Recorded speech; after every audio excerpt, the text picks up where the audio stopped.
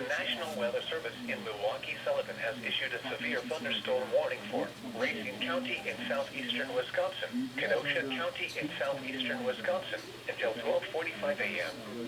At 12:17 a.m., severe thunderstorms were located along a line extending from near Ground Lake to Long Lake, moving east at 50 miles per hour. Hazard, 60 miles per hour with gusts. Source, radar indicated. Impact, expect damage to roofs, siding, and trees. Locations impacted include Howard Lake, North Bay, Raymond, Waterford, Camp Lake, Brown Lake, Kansasville, Pleasant Prairie, North King, Waterford North, Wind Point, Burlington, Bristol, Paddock Lake, Salem, Union Grove, New Munster, Racine, Kenosha, and Midland. For your protection, move to an interior room on the lowest floor of a building.